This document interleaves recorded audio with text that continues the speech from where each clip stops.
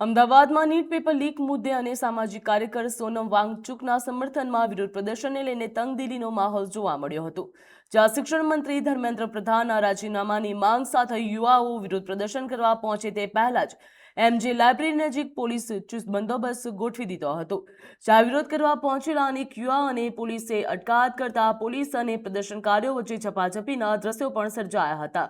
સમગ્ર વિસ્તારને પોલીસ છાવણીમાં ફેરવી દેવામાં આવ્યો હતો અને કાયદો વ્યવસ્થા જળવાઈ રહે તેના માટે પૂરતા પ્રમાણમાં પોલીસ દળ તૈનાત કરવામાં આવ્યા હતા। તો અમદાવાદ ખાતે પણ યુવાઓ દ્વારા વિરોધ પ્રદર્શન કરવામાં આવ્યું હતું। મહત્વનું કહી શકાય, જ્યાં પોલીસ દ્વારા યુવાનોની અટકાયત કરવામાં આવી હતી, જ્યાં યુવતીઓ પણ ત્યાં પહોંચી હતી અને યુવતીઓ દ્વારા પણ વિરોધ પ્રદર્શન કરવામાં આવ્યું હતું, ત્યારે પોલીસે યુવતીઓની પણ અટકાયત કરી હતી।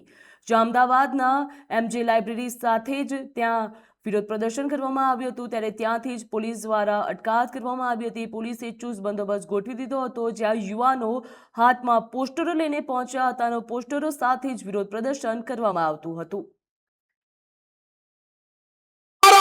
तुम सत्य हो, कोई कुछ नहीं कर पाएगा। सत्य हो के लड़ो, सत्य हो के लड़ो। तुम सत्य हो, लड़ो, नहीं तो ये लोग जीने नहीं देंगे तुमको। तुम्हारी संविधान की सत्य लड़ाई है, उसमें जियो तुम। सब लोग लीडर होके बाहर आओ। ये हमारा तरीका है, ये हमारा तरीका है, ये